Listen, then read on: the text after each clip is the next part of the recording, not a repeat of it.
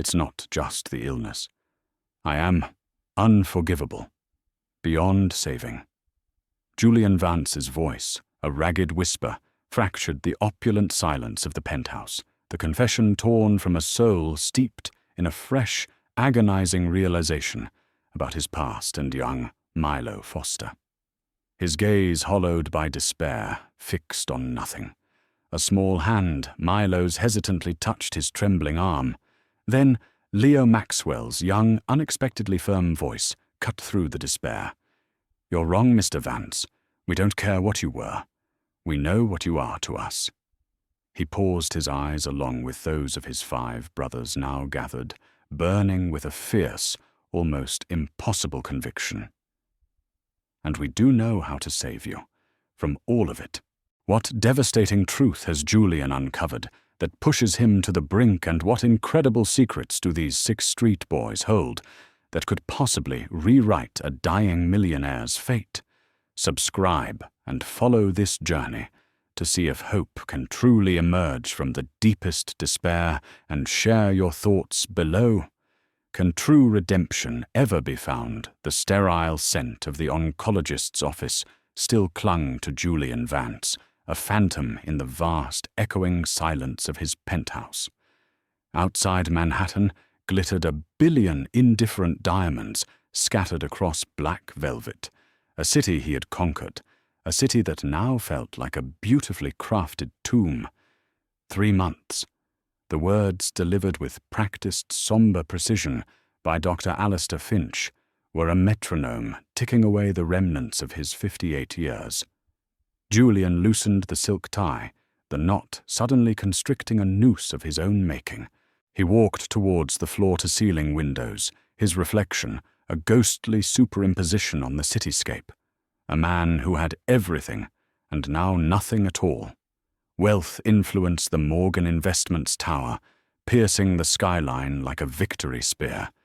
It all amounted to a spectacular, hollow monument. 3 months to live, he whispered, the sound swallowed by the cavernous living room, its designer furniture and priceless art suddenly looking like props in an elaborate tragic play. His hand, a hand that had signed deals worth nations, trembled slightly as he poured a scotch. The amber liquid caught the city lights a deceptive warmth. It tasted like ash. What was the point of it all? The empire he'd built, brick by painstaking brick over decades of relentless ambition. He remembered Clara, her laughter echoing in a corner of his mind, a sound he hadn't truly heard in years, even before she was stolen by the same insidious disease that now claimed him. Her gentle admonitions about his driven nature, her quiet pleas for more time, their time, sacrificed on the altar of one more deal, one more acquisition. "We'll have time later, my love," he'd always promised. Now, later was a cruel joke. He'd often wondered if his success was a compensation, a desperate attempt to fill a void left by a childhood that tasted of scarcity and the sting of his father's abandonment. He'd clawed his way to the top, vowing to never be vulnerable, to never need anyone. And he had succeeded. Terribly. Even his own shadow, he mused with a flicker of bitter internal humor, seemed to be on someone else's payroll these days, a paid companion to his solitude. The phone on his marble-topped desk buzzed, a reminder from his ever-efficient, yet now perhaps subtly watchful assistant, Evelyn Croft. Another meeting, another meaningless charade. The bored Catherine Pierce at its helm would soon be circling vultures in bespoke suits, already calculating the division of spoils.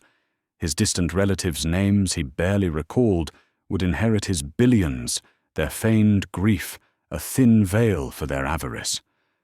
Julian Vance, master of his universe, was going to die alone, his legacy a footnote in financial history, his life a brilliantly executed but ultimately empty equation.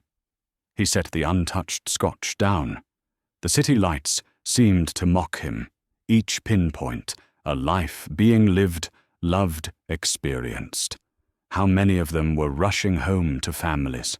How many had someone whose hand they could hold through the darkness?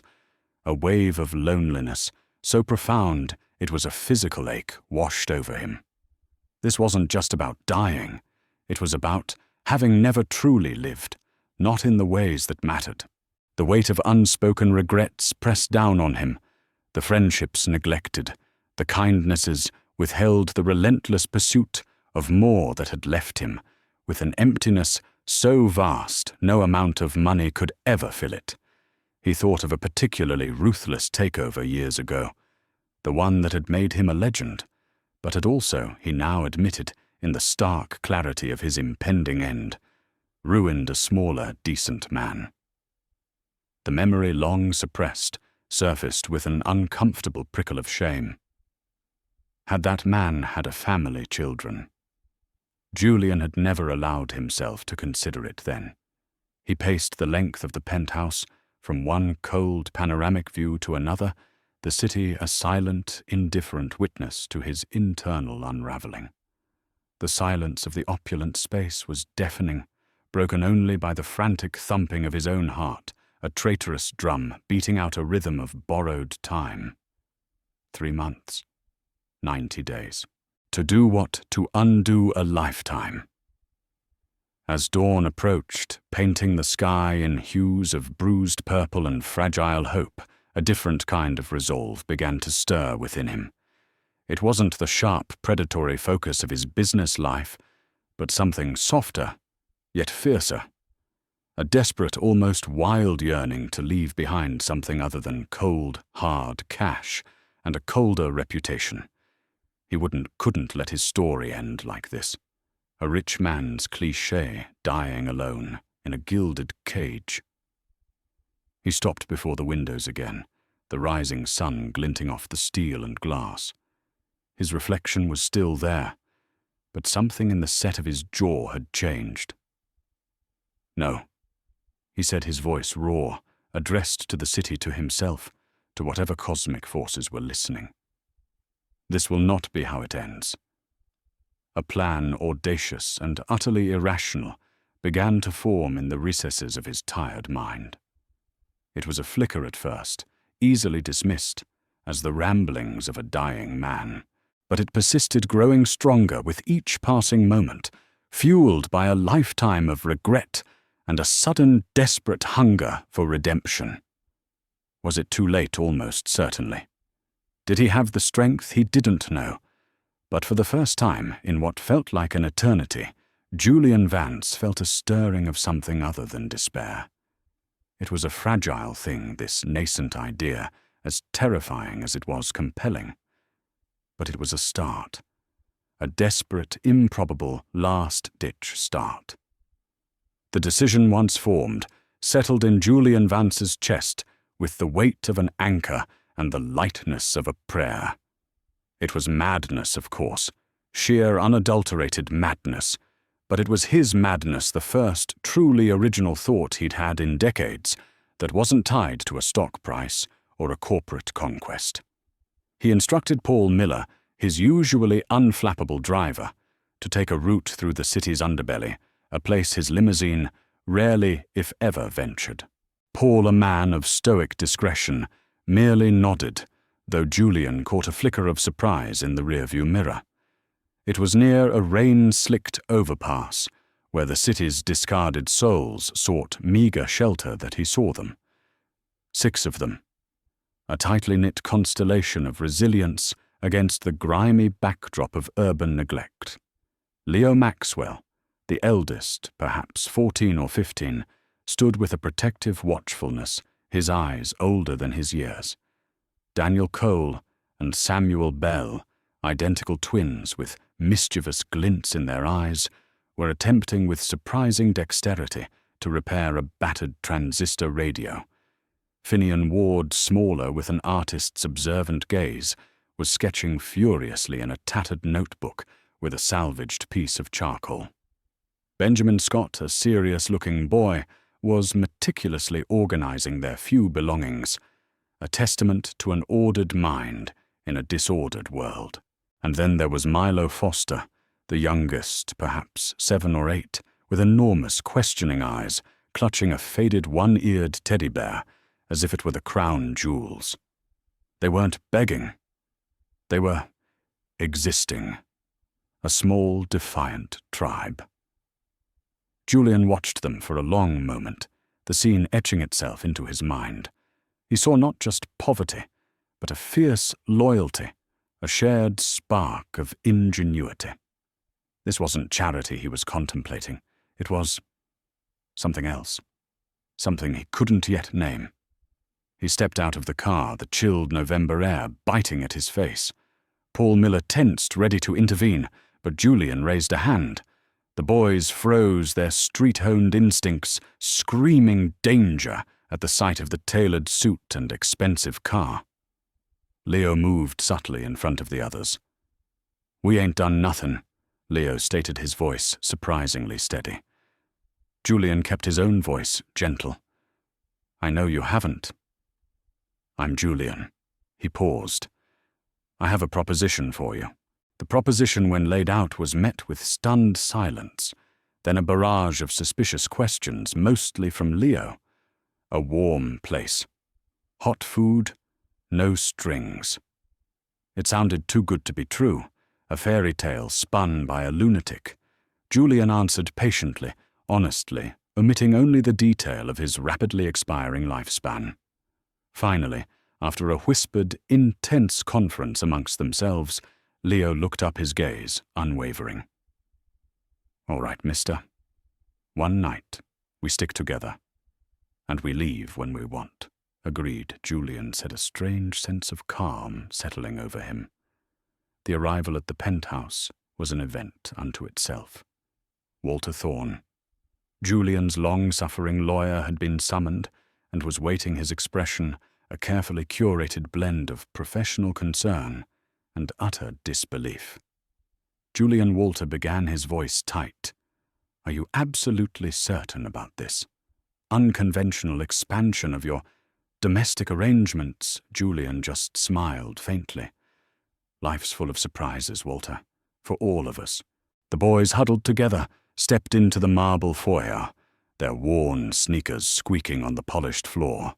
Their eyes widened, taking in the soaring ceilings, the modern art that cost more than they could imagine existing in one place.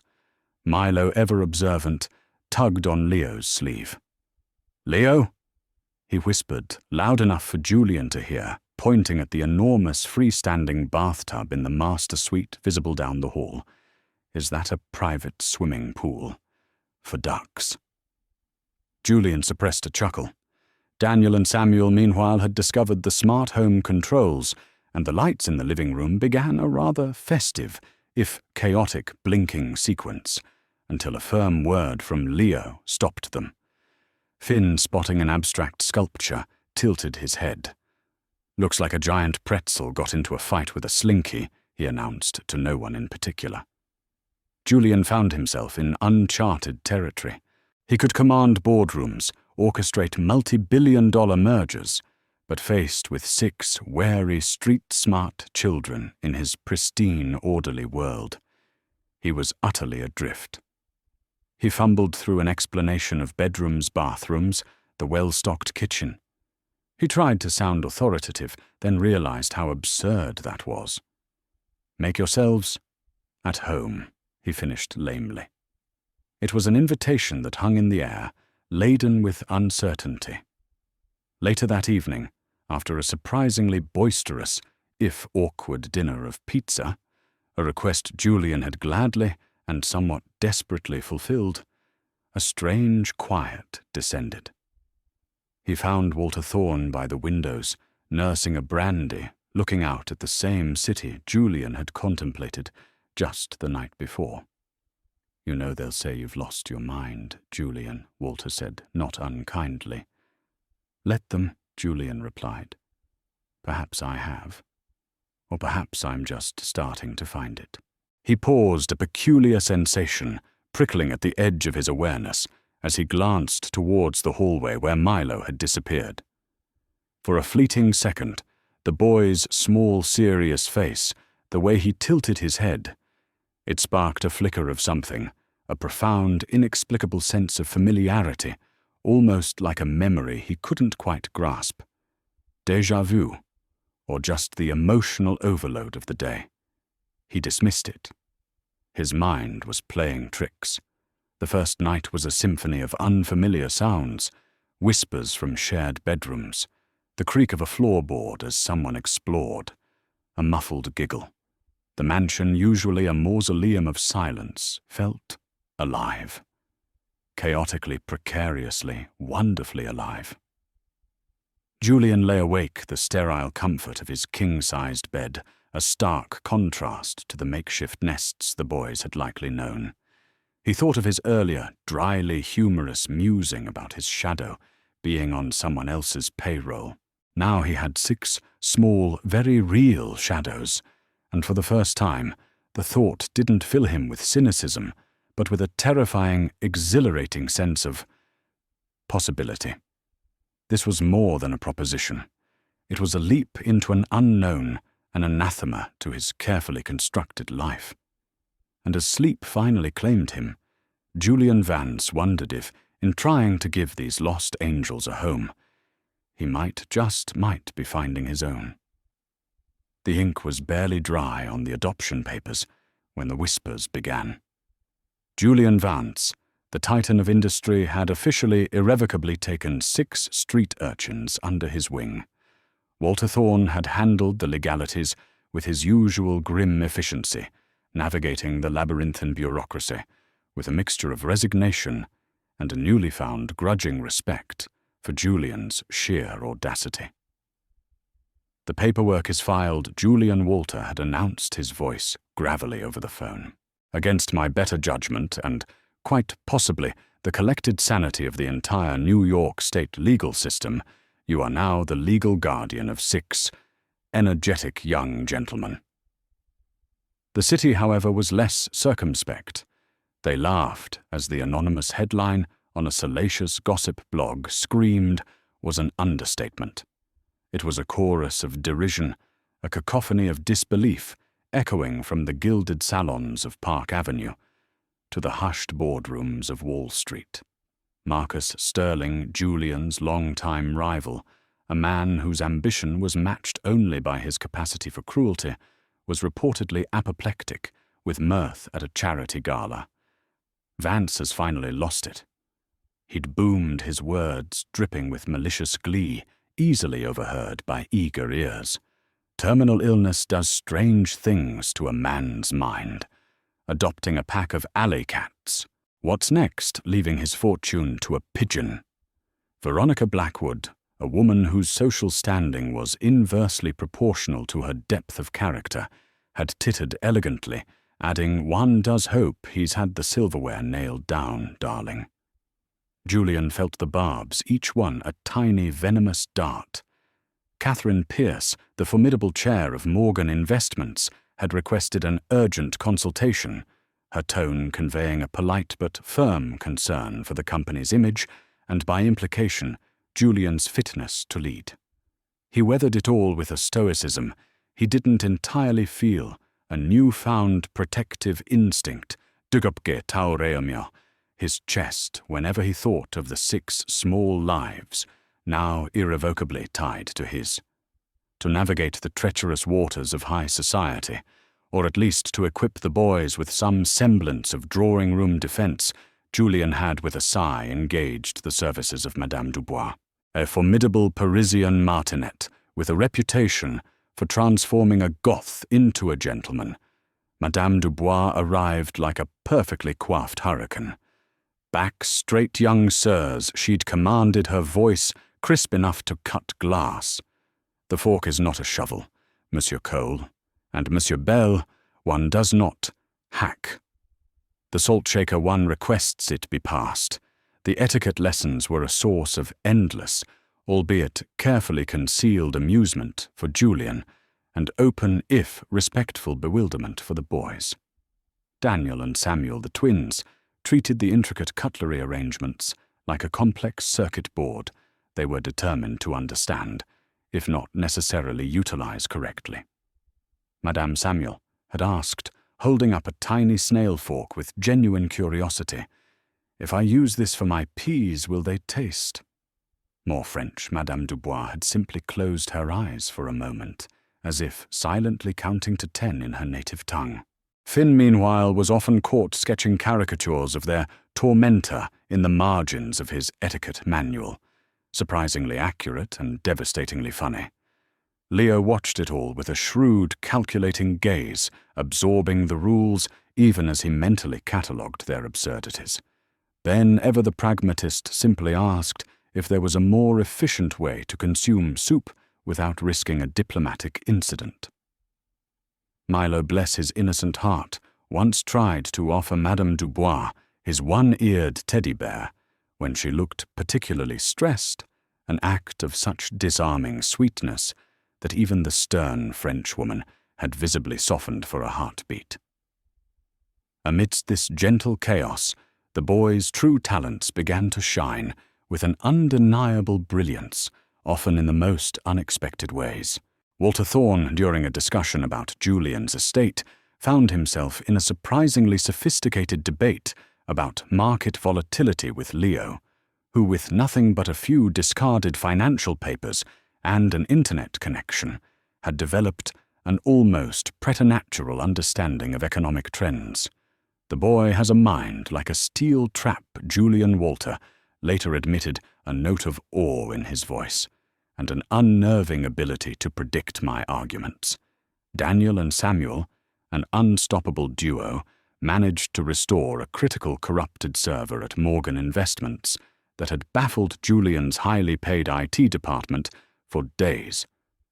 They'd worked with an almost telepathic synergy, their fingers flying across keyboards, muttering in a code-laced shorthand that left the professionals gaping. "We just rerouted the data flow through a cleaner pathway," Daniel had explained vaguely, as if it were the simplest thing in the world. Finn's sketches evolved from witty caricatures to pieces of astonishing depth and emotional resonance. He captured the city's soul, the boy's struggles, and even Julian's carefully hidden pain with a raw, untutored honesty that was breathtaking. Ben, meanwhile, devoured every medical text he could find in Julian's extensive library, peppering Julian with questions about his illness that were so insightful, so astute, they often left Julian speechless. He wasn't just curious, he was dissecting the problem.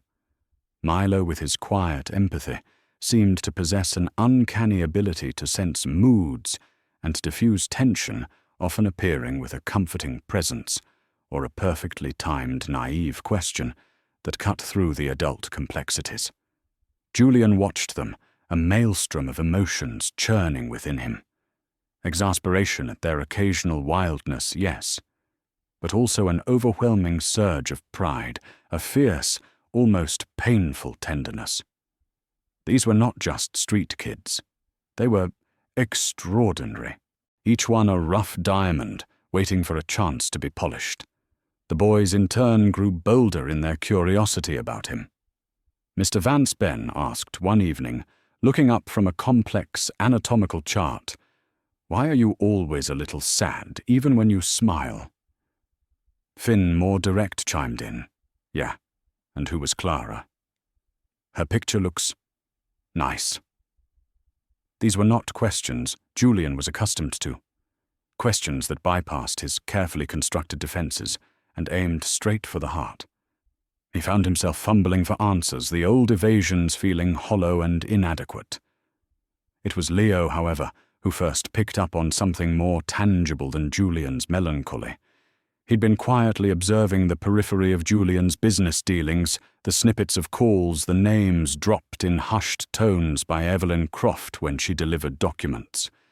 That deal with Sterling consolidated, Leo said one afternoon, his brow furrowed, as he looked up from a financial newsfeed on a tablet. "The one Marcus Sterling is pushing for, it doesn't add up, Mr. Vance. The projections are overly optimistic, almost artificially so." Julian, initially dismissive, found himself looking closer at the data Leo presented. The boy was right. There was something of a subtle manipulation that even his own seasoned analysts had missed. A faint, cold tendril of unease began to snake its way into Julian's mind. Marcus Sterling was a shark, but this felt different, more insidious. The laughter of the elite was one thing. This had the scent of a calculated, carefully laid trap. The game, Julian realized, was far more dangerous than he had initially thought. And his boys, these astonishing, unexpected talents, were now squarely in the middle of it with him.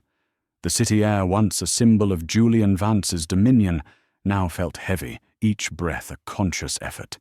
His health, a treacherous tide, was undeniably ebbing.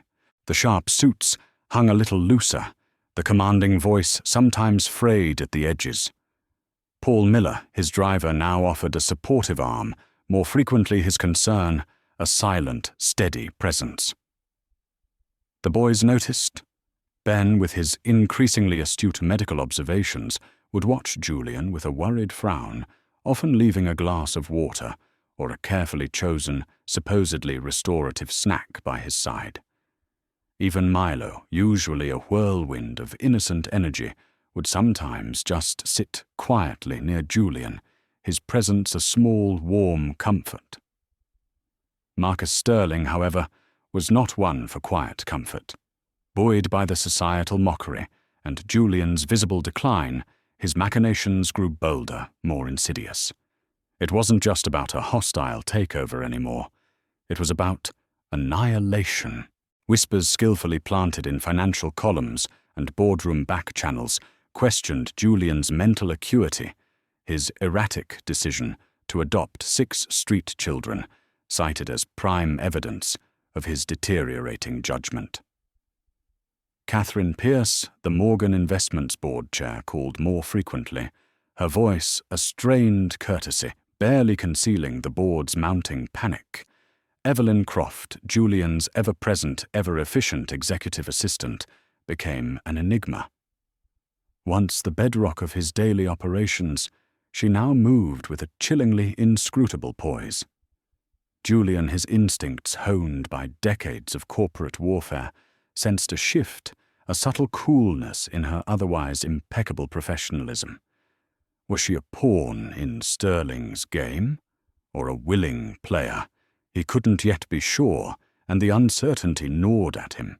Documents sometimes took longer to arrive, appointments were inexplicably rescheduled, and once Julian was certain, he saw a flicker of something unreadable, triumph-pity in her eyes, as she reported another dip in Morgan Investments stock. Leo, with his insatiable curiosity and a mind that devoured financial data like a starving wolf, was the first to piece together the more dangerous fragments. "Mr. Vance," he said one evening, his young face grim, pushing a tablet across Julian's desk in the study. "Look at these trades. Sterling isn't just trying to devalue Morgan Investments. He's orchestrating a complete asset strip.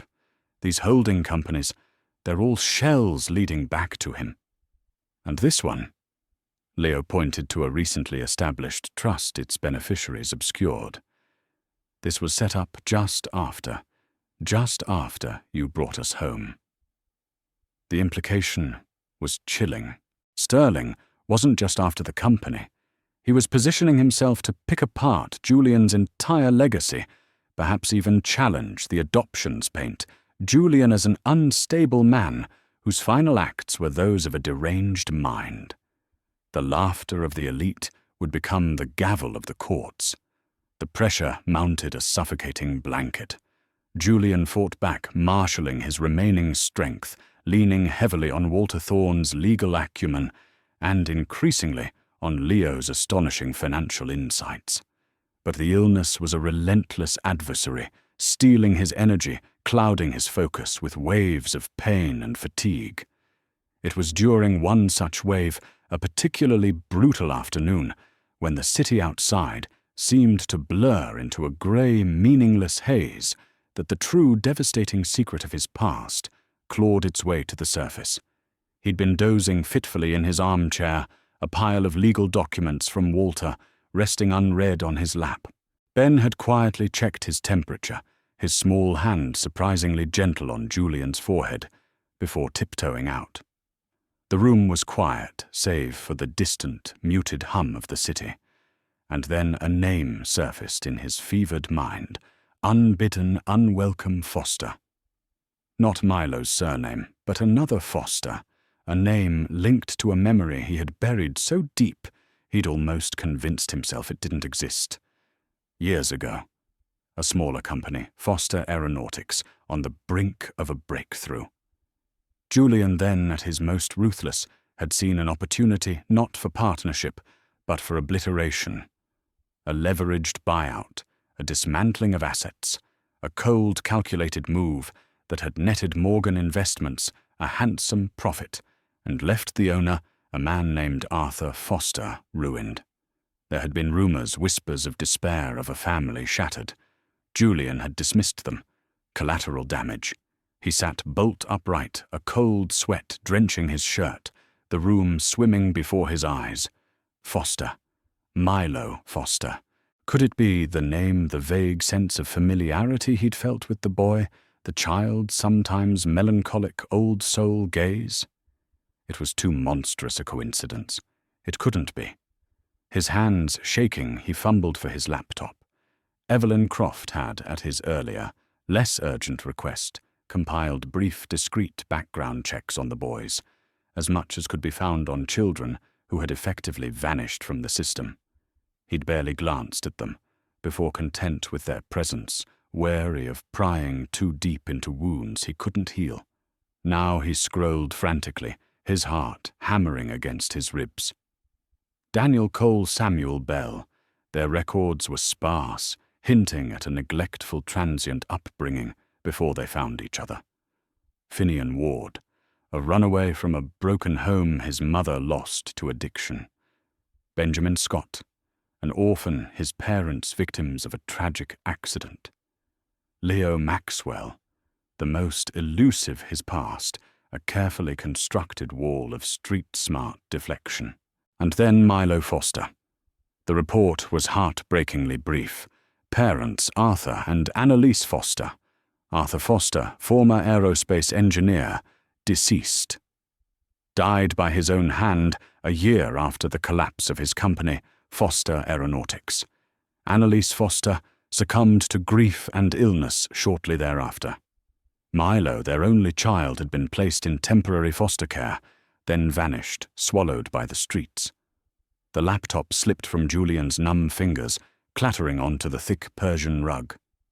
The sound was deafening in the sudden, suffocating silence. It was him, Arthur Foster's son. The child whose life Julian had inadvertently, callously destroyed through an act of corporate savagery he'd long since relegated to the archives of his successful career. The curse he'd felt, the emptiness of his legacy. It wasn't just about loneliness or impending death. It was this monstrous, unacknowledged debt. He had taken everything from Milo's father, and now, in a twist of cosmic cruel irony, he had taken the boy himself. The pain that lanced through Julian was sharper than any symptom of his disease. It was the agony of a soul confronted with its own devastating truth. The realization didn't just explain his vague guilt, it redefined it, magnified it into a grotesque monument of his own making. The architect of empires was also, he now saw with horrifying clarity, the architect of a small boy's ruin. And that boy was now sleeping under his roof, trusting him, perhaps even beginning to care for him. The weight of it was crushing, unbearable.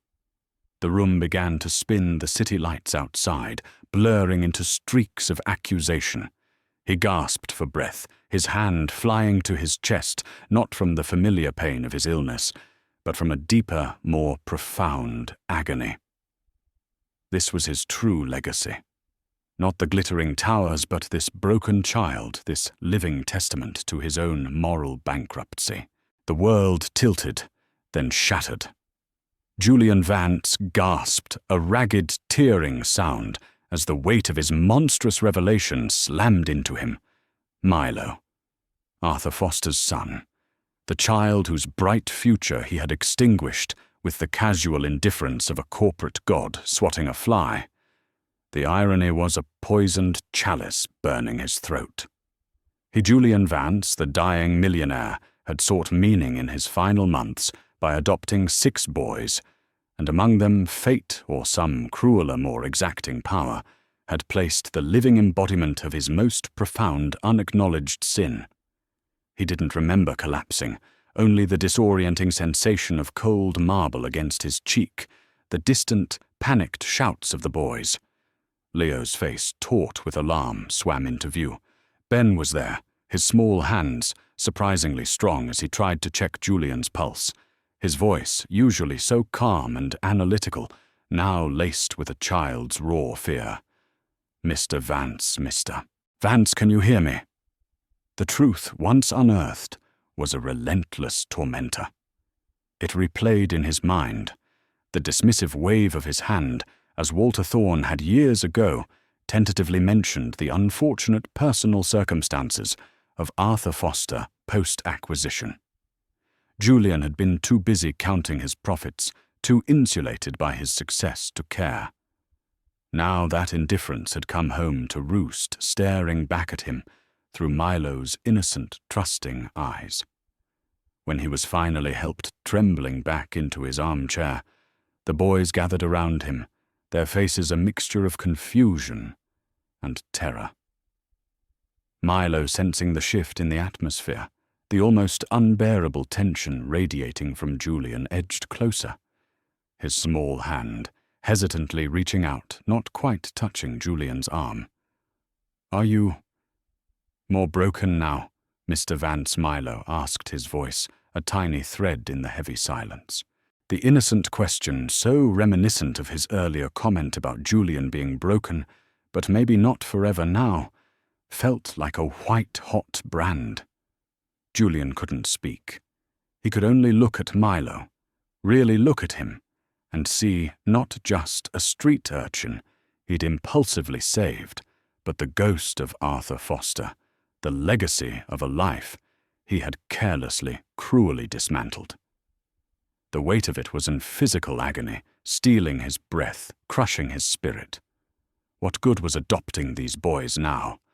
What good was any of it when the very foundation of this act of supposed redemption was built upon a lie?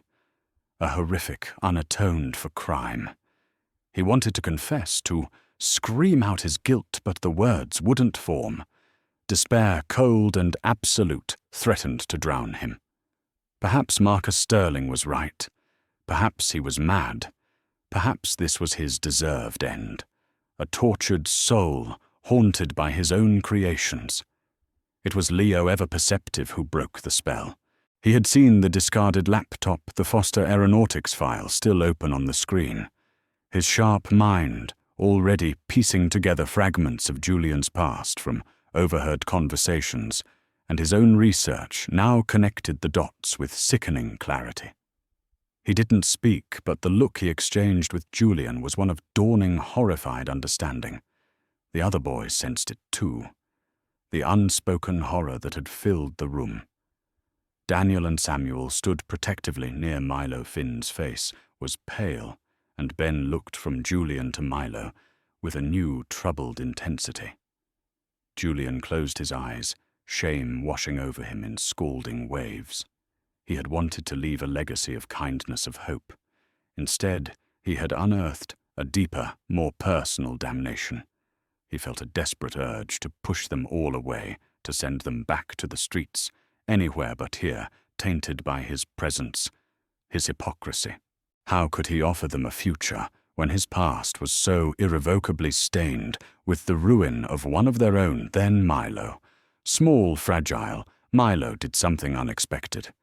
He finally placed his hand on Julian's trembling one. It was a light touch, hesitant, yet profoundly anchoring. "It's okay, Mr. Vance," he whispered, his gaze earnest, though a shadow of confusion still clouded his young eyes. "Even if you're very, very broken, we can try to fix it." Ben's smart, Leo's smart. We all are. Milo didn't know. He couldn't possibly know the true depth of Julian's culpability, the direct line from Julian's past actions to his own orphaned state. But his innocent faith, his simple, unwavering belief in the possibility of fixing things pierced through Julian's despair like a shard of light.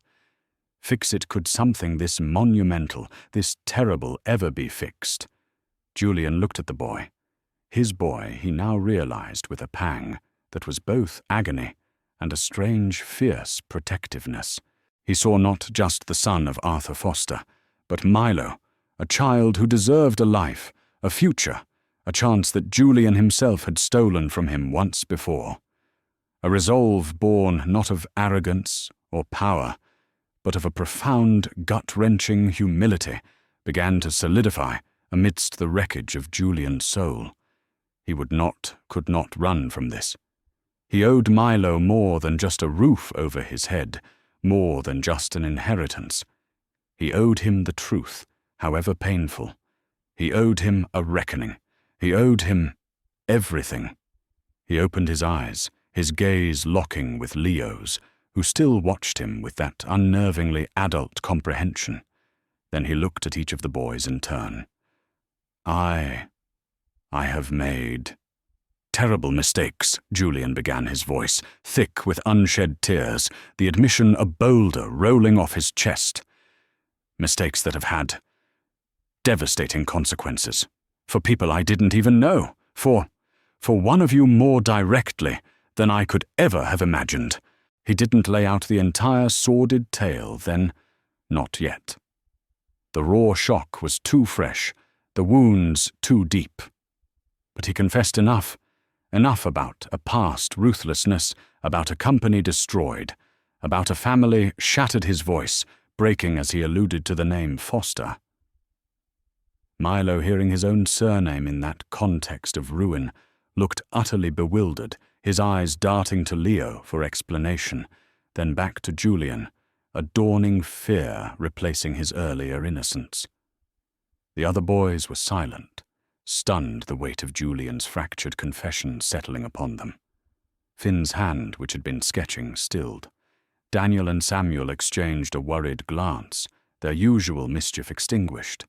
Ben's brow furrowed in an attempt to process information that was far beyond his years. Then Julian Vance, the man who had commanded empires, did something he hadn't done in decades. He wept. Not silent, dignified tears, but harsh, racking sobs of a broken man confronting the full measure of his failings. It was in that moment of complete vulnerability, of utter desolation, that the true shift occurred. Leo, after a long, piercing look at Julian's ravaged face, then at Milo's pale, confused one, straightened his shoulders. The street-smart survivor, the de facto leader of their small band, made a decision. "All right," Leo said, his voice, cutting through the charged silence, surprisingly firm. "So things are more complicated than we thought." He glanced at his brothers. A lot more complicated. He walked over to Julian's desk, picked up a stray financial report, one detailing Marcus Sterling's latest predatory moves. This fight with Sterling, it's still happening. Your health, that's still happening. He then looked directly at Julian, his eyes holding a new, steely resolve. "And whatever this past thing is, whatever you did, whatever it means for Milo, running away from it isn't going to help anyone." Is it Julian, through his tears, could only shake his head dumbly. So Leo continued a plan already forming in his eyes. "We fight. All of it. You said you wanted to make your last months mean something, Mr. Vance. Well, maybe this is it. Maybe it's not just about us. Maybe it's about you. Fixing things. Really fixing them." Daniel and Samuel nodded a silent twin affirmation. Finn, after a moment, put down his sketchbook and stood beside them. Ben, his serious face set with determination, followed suit. Even Milo, though still clearly shaken, and not fully understanding, seemed to draw strength from his brothers, his small hand still resting on Julian's. "We're smart," Mr. Vance, Ben said quietly. "Leo's right. We can help. We will help." They were no longer just adopted sons. They were allies, comrades, forged in the crucible of shared adversity, and now a shared, terrible truth. Julian looked at their determined young faces, and amidst the crushing weight of his guilt, a tiny, almost imperceptible spark of hope, far more resilient than before, dared to ignite. His redemption wouldn't be easy. It would be the hardest thing he'd ever done. But he wouldn't be doing it alone. The penthouse, once a symbol of Julian Vance's sterile isolation, transformed into a bustling, albeit unconventional war room. The fight was waged on 3 fronts, against the relentless illness devouring Julian's remaining time, against the predatory machinations of Marcus Sterling, and against the festering wound of Julian's own past. Ben, with a seriousness that belied his youth, became the de facto head of Project Julian. Armed with Julian's medical files, every ounce of his burgeoning scientific curiosity, and the unwavering support of his brothers, he dived into a sea of complex medical research. Leo, a natural strategist, procured obscure medical journals from around the globe through untraceable online channels. Daniel and Samuel, the tech twins, built a secure encrypted database, running simulations and cross-referencing data at lightning speed. Finn surprisingly contributed by sketching detailed anatomical diagrams from Ben's descriptions, his artistic precision aiding Ben's visualization of the disease's pathways. Milo, with his quiet empathy and surprisingly sharp memory for details Julian had let slip about his symptoms, often provided the intuitive leaps that connected disparate pieces of information. The resulting protocol Ben proposed was audacious, a cocktail of cutting-edge experimental treatments that made Julian's official oncologists blanch. It's unorthodox. Benjamin Dr. Finch had said, his skepticism warring with a reluctant admiration for the boy's meticulous research. Julian, however, looked at the determined faces of his 6 sons, their collective hope a palpable force in the room. "Unorthodox saved my soul, Doctor," he'd said, his voice weak but firm. "Perhaps it can save my life, too." He agreed to Ben's plan. The treatment was grueling, dragging Julian through fresh hells of nausea and fatigue, but through the haze of it, he saw his boys taking turns by his side, monitoring, adjusting their young faces, etched with a fierce, protective love. Meanwhile, Marcus Sterling, emboldened by whispers of Julian's further decline, launched his endgame. He initiated a series of aggressive legal maneuvers aimed at declaring Julian mentally incompetent, intending to dismantle Morgan Investments and invalidate the adoptions in one fell swoop. This was where Evelyn Croft's betrayal became brutally apparent.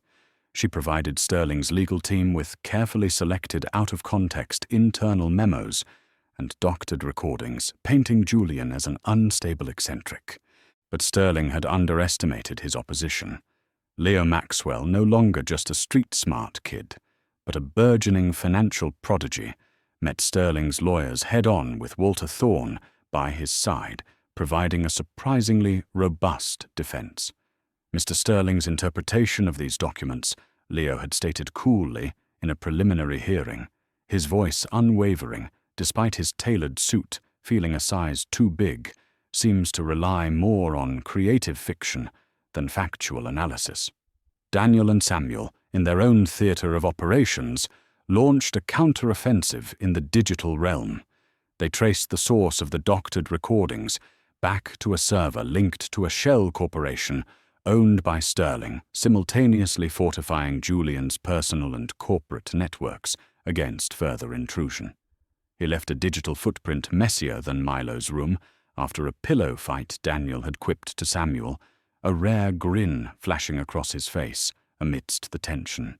Even Finn played a role, anonymously leaking a particularly damning piece of unaltered correspondence from Sterling, one that revealed his callous disregard for his own employees, to an independent financial blogger, subtly shifting public perception. The most challenging battle, however, was Julian's personal one: the atonement for Milo. With Walter Thorne's discreet help, Julian began to trace the faint, painful trail of what remained of Arthur Foster's legacy. He discovered that Arthur had a surviving sister, an elderly woman named Agnes, living in modest circumstances in a small town upstate. The journey to meet her with Milo, quietly by his side, in the car driven by Paul Miller, was fraught with an almost unbearable tension. What could he possibly say? How could he atone for a life destroyed? Agnes Foster was a woman of quiet dignity, her eyes holding a sadness that mirrored Milo's. Julian didn't offer excuses, only the raw, unvarnished truth of his past actions, his voice thick with a shame that had become his constant companion. He spoke of his regret not as a plea for forgiveness, but as a statement of fact. He then laid out a proposal, not a payoff, but a comprehensive plan to establish a foundation in Arthur Foster's name, dedicated to supporting young aerospace innovators from underprivileged backgrounds, a foundation that Milo, when he was older, could choose to lead. He also offered to personally ensure Agnes's comfort and security for the rest of her days, an offer made with such genuine humility that it disarmed her initial understandable bitterness. Milo, who had listened to Julian's confession with a child's devastating clarity, didn't offer absolution. Forgiveness, Julian knew, could not be bought or forced. It had to be earned inch by painful inch. But as they left Agnes Foster's small, neat home, Milo's hand, for the first time since the revelation slipped into Julian's, his grip surprisingly firm. It wasn't forgiveness, not yet. But it was a beginning, a fragile bridge across an abyss of pain. The combined pressure from the boys' counter-offensive began to tell on Marcus Sterling. His meticulously crafted plans started to fray. The leaked correspondence damaged his reputation. The legal challenge to Julian's competency hit an unexpected wall of well-prepared evidence, much of it unearthed by Leo's tireless digging into Sterling's own questionable dealings. Catherine Pierce and the Morgan Investments Board, initially swayed by Sterling's narrative, now began to see the true predator in their midst. Evelyn Croft, realizing Sterling's ship was sinking and that her own complicity was about to be exposed by the digital breadcrumbs Daniel and Samuel had so expertly followed, attempted to flee. But it was too late. Walter Thorne, acting on information provided by the twins, ensured she was intercepted by the authorities before she could disappear, a sheaf of incriminating documents in her possession. Her carefully constructed composure finally shattered, replaced by a mask of bitter, desperate fear. Through it all, Julian, buoyed by Ben's radical treatment and the fierce, unwavering love of his sons, began to feel a flicker of strength, returning a fragile defiance against the darkness that had threatened to consume him. One evening, watching Ben meticulously adjust an IV drip, Julian managed a weak smile. "You know Dr. Scott?"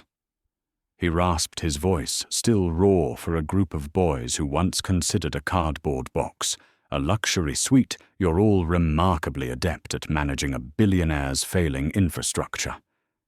Ben just grinned, a flash of the boyish enthusiasm that Julian was beginning to cherish more than any stock dividend. "We learn fast, Mr. Vance, especially when the stakes are this high." The journey of healing had begun, both for Julian's body and for his soul, a journey paved by the extraordinary courage and brilliance of 6 lost angels who had, against all odds, found their way into his broken life. The downfall of Marcus Sterling was as swift as it was absolute. His empire, built on avarice and deceit, crumbled under the combined weight of Leo Maxwell's irrefutable financial exposures, Daniel and Samuel's damning digital evidence, and the sheer unyielding pressure of public opinion, subtly swayed by Finn's anonymously circulated poignant artworks depicting corporate greed versus youthful innocence. Sterling, stripped of his assets, and his reputation, faced a barrage of lawsuits and investigations, his arrogant sneer finally replaced by the hollow mask of a defeated man. Evelyn Croft, her duplicity laid bare, met a similar fate, her calculated betrayal earning her nothing but a future entangled with the legal system she had tried to manipulate. Catherine Pierce and the Morgan Investments Board, humbled and enlightened, offered Julian Vance their unreserved apologies and unwavering support, marveling at the unorthodox advisory team that had saved not only their CEO but the company itself. And Julian lived. Ben's audacious protocol, coupled with a will to live fiercely rekindled by 6 small determined flames, had worked what his oncologists cautiously termed a remarkable, statistically improbable remission. The 3-month death sentence had been revoked, replaced by the precious, uncertain gift of more time. It wasn't a complete erasure of the past. The illness had left its mark, a lingering frailty that served as a constant reminder of his brush with oblivion. But his eyes, once haunted, now held a clear, steady light. The penthouse, no longer a gilded cage, buzzed with a new kind of energy. Blueprints and proposals littered the grand mahogany desk, not for hostile takeovers, but for the nascent Vance & Sons Foundation for young innovators. It was a collaborative effort, each boy contributing his unique perspective. Leo naturally handled the financial structuring, ensuring its longevity and ethical investment. The endowment needs to be self-sustaining. Mr. Vance, he'd explained, already sounding more like a seasoned philanthropist than a teenager. And transparent. No shell companies this time. Julian had merely smiled. No Leo. No more shells. Daniel and Samuel were designing a state-of-the-art tech incubator within the foundation, a place where bright kids from underserved communities could access tools and mentorship. Finn was sketching vibrant, hopeful murals for its walls, envisioning spaces that screamed creativity and welcome. Ben was already outlining a medical research grant program, focusing on overlooked pediatric conditions. Milo, with his profound empathy, insisted on a dedicated wing for emotional support and counseling services, because sometimes, he'd said, his wisdom far exceeding his years, the biggest ideas get stuck if your heart hurts too much. Julian listened, guided, and marveled. This was his true legacy. Not the cold steel of skyscrapers, but the warm, vibrant potential of these young lives, and through them, countless others. He had sought to make his final months meaningful, and in doing so, had stumbled into a lifetime of purpose. One crisp autumn evening, a year after that fateful diagnosis, the 7 of them were gathered in the study. The room, once Julian's solitary sanctuary, now bore the comfortable clutter of a lived-in family space. Finn's art supplies mingling with Leo's financial journals, Ben's anatomy books stacked beside Milo's collection of rather eccentric rescued animal figurines. They were reviewing the final plans for the foundation's launch. So Milo Julian said, a playful glint in his eye, about this mandatory hugging booth you've proposed for the entrance. Milo blushed. Well, Mr. Vance, sometimes people just need a hug to feel brave enough to share their ideas. The other boys chuckled. Next he'll be suggesting a universal basic teddy bear allowance, Daniel teased, ruffling Milo's hair. Actually, Ben mused, tapping his chin thoughtfully. The psychological benefits of comfort objects are well documented. Julian laughed, a genuine, unfettered sound that echoed through the room, a sound Clara would have loved. The scars of his past, particularly the painful truth regarding Milo's family, remained. They always would. Agnes Foster had, with time, and Julian's unwavering humble efforts at restitution and connection, offered a tentative, fragile forgiveness that Julian cherished more than any business triumph. Milo, too, was healing his innate brightness slowly, but surely eclipsing the shadows. The journey of true atonement, Julian knew, was lifelong. He looked at his sons, these 6 extraordinary young men who had barged into his life and saved him in every way that mattered. Leo, his sharp intellect now tempered with a growing compassion.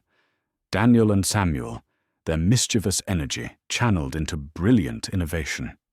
Finn, whose art now spoke of hope as much as it did of truth.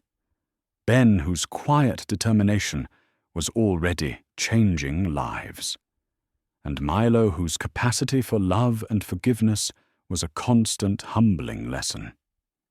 "You know, Julian," said his voice, soft but firm, "when I first brought you all here, people." Well, they laughed. Leo met his gaze, a mature understanding in his eyes. "Let them, Mr. Vance. We'll give them something truly worthwhile to talk about now." A comfortable silence settled, filled not with emptiness, but with the quiet hum of earned peace of a family forged in the unlikeliest of circumstances.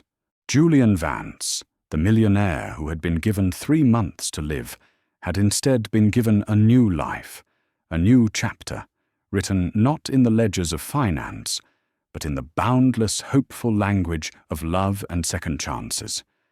And it was by any measure the most valuable acquisition he had ever made.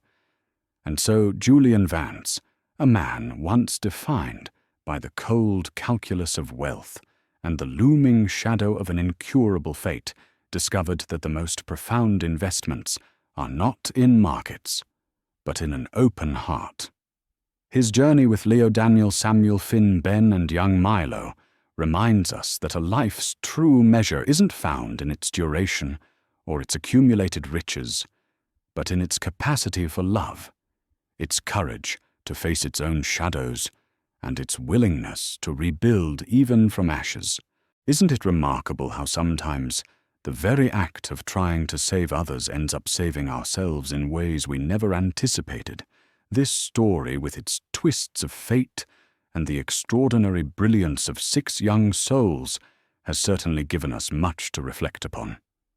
If their journey from the harsh streets to the heart of a once empty mansion has touched you, we'd love to hear your thoughts. What for you was the most powerful act of redemption or healing in Julian's and the boys' story?